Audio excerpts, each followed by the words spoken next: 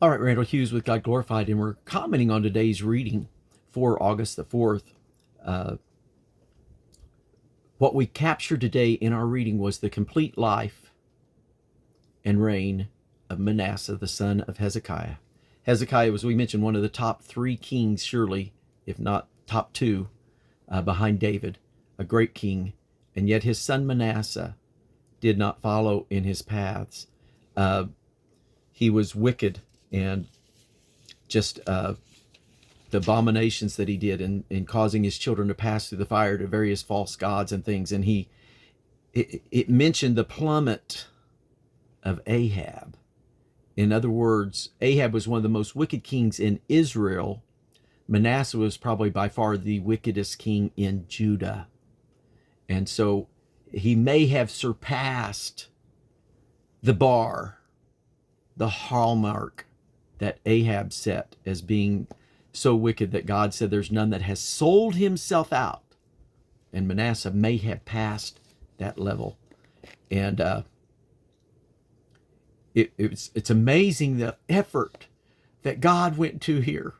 Sending in lions in this, we read about what happened after Assyria had conquered Israel. How that they brought in other nations and took out the children of Israel, moved them to other places, displaced them from their land. And the new people that came in said, we're not familiar with the gods of this land, and he sent in lions to kill us, and we need a priest. And so they brought in a priest that taught them how they should fear the Lord, how they should fear Yahweh, and yet they continued to make sacrifices. And it says in verse 32 there of 2 Kings 17 that they feared Yahweh, but made themselves the lowest of them priests. Instead of men that were set apart and sanctified and holy to God, they were the lowest of men, and they sacrificed for them in the houses of the high places, and they continued to serve their other gods. And so they really did not fear him the way that God wanted them to fear him. And Manasseh began to reign, and he reigned 55 years, and it was mostly all wicked, the majority of that. Some verses that I want for you to be aware of in chapter 21 of 2 Kings, and also in 2 Chronicles 33, it mentions it twice.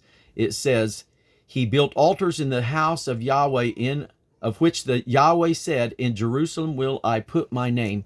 There's people, and here's some of the verses that are the proof texts for me, that Yahweh is the singular proper name of God. You see different people, and I've got different books. There's some that say there's 77 names of God in the Old Testament, and whatever, however many. No, God has one proper name. Now, if you consider my name Father, yeah, okay, sure. It's a general name that my boys call me, but it's not my proper name. The same way Elohim, or God, is not a name of God. Yahweh is the name. El Shaddai is not a name of God. It is a title, or it's certainly about him as God. That's his genre, and he's the Almighty, but it's not his name. And so there's places like this that you have to stop and say, okay, then what name did he put here if he's got these 77 names? No, he has one proper name, and it's Yahweh. And he put his name, Yahweh, in Jerusalem. And here again, and he said it again in verse 7, in this house and in Jerusalem, which I have chosen out of all the tribes of Israel, will I put my name forever. Again in 2 Chronicles 33 and 4 and 33 and 7, it repeats those same thoughts. And so this is one of the passages that I point out to say, hey, wait a minute. All those other things are not names in the proper sense. They may be a general name, but they're not proper names. So something just for you to keep in mind. And a sad verse, 2 Chronicles 33 and 10, and Yahweh spake to Manasseh and to the people, but they would not hearken. God, give me a heart to hearken to you and to hear your word, because there's sure prophecies that are made in this, in amongst his here. We read in Isaiah 22 that he says, and the key of the house of David will I lay upon his shoulder, speaking of the one he will raise up. And it's amazing. He's going to put that nail, and then the nail will be cut off. David could only do so much to bless the nation of Judah. Eventually, it was cut off. And we've reached the point because of the sins. And there's consequence for sins. There was consequence for David's sins. There's consequences for Manasseh's sin. We find, and I mentioned it, it's believed to be the year 681 BC that Isaiah was killed. And it's believed that he, when you read in Hebrews chapter 11, and whether this is all just tradition, I don't know all the ties to it, but I've read this, and I can't pull up my source right now in my memory, but it's my understanding that Manasseh killed Isaiah by having him sawn asunder. In other words, he got tired of hearing about his sin, and he cut the prophet in half. And so, blood flowing in Jerusalem. The sin was very great. But there was a point after they took him captive and they bound him with fetters and put him among the thorns.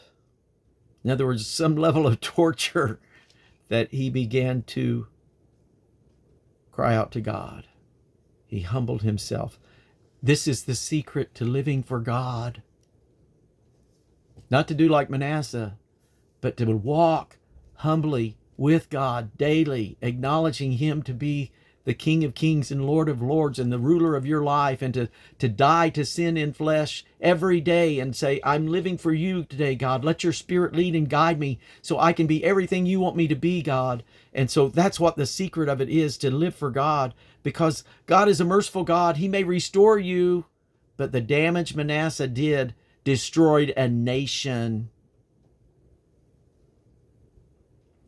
I don't want that to be the legacy I leave for my children. I want them to walk in truth and to know the truth and know their dad as a worshiper, as a praiser. That's what I want them to know, as a lover of God, a lover of his word, a seeker after him to please him. I'm not perfect. I'm striving. I've got things I'm working on. I believe I am better than I was yesterday. I believe I'm growing. I'm advancing. And that's the goal, to be continually growing closer and closer to him.